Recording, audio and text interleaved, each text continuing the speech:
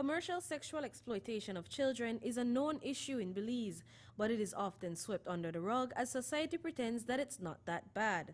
The first National C-Sex Symposium, however, intends to change that. The two-day symposium, as you know, is to come up with, first of all, to sensitize the folks out there as to what's happening with C-Sec. And most important is to come up with a plan of action to eradicate, eliminate C-Sec. It's important to us there at the National Committee for Families and Children because our mandate is to advocate on behalf of children. And in my estimation, the worst form of abuse is in fact the commercial sexual exploitation of a child. There have already been efforts carried out recently as a result of collaborations with international donors, with the Ministry of Human Development and Social Transformation, with the National Committee of Families and Children, and with several other government and non-government agencies. These collaborations did serve as catalysts in bringing this issue to light.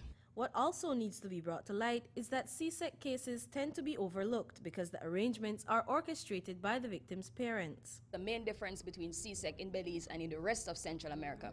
In the rest of Central America, it's heavily concentrated in the tourism industry. Here in Belize, there is C-Sec in the tourism industry, but most of the victims are actually persons who are living in homes with their parents, and their parents are intermediaries or persons who are facilitating their involvement in sexual relationships for money. We cannot continue with this culture of, well, we are parents and we brought our children into this world, they belong to us, so we can do what we want with them. That is not so. The message to C-Sec perpetrators and facilitators is simple: it's wrong. As for the general public, the culture of acceptance has to change if the problem is to be successfully addressed. Even if you're poor and you're suffering and you don't have anything, you should have a value for your body that you don't want to sell it to get money.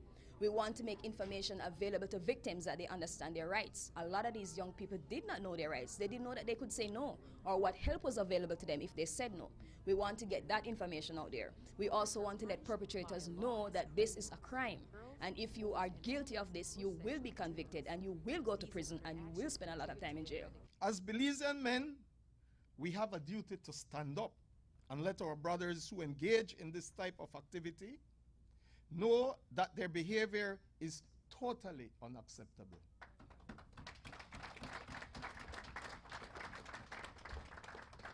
It is downright criminal, as a matter of fact.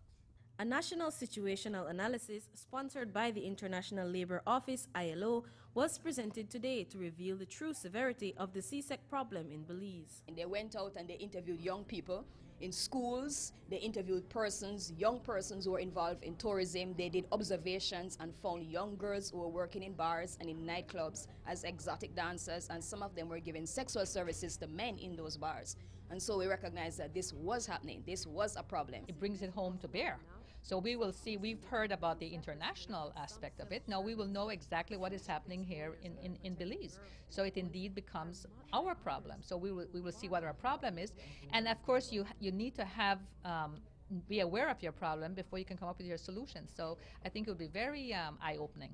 In Thursday's session of the two-day symposium, a national plan of action will be drafted, outlining a way forward and the coordinating bodies involved. We don't just want to put documents together that look nice. We want to have things that actually will impact the lives of young people out there, that there will be programs that will intervene where they are, in their schools, in their youth groups, in their sporting clubs, wherever they are, that will allow them to be able to come out of this situation. Delani Bain for News 5.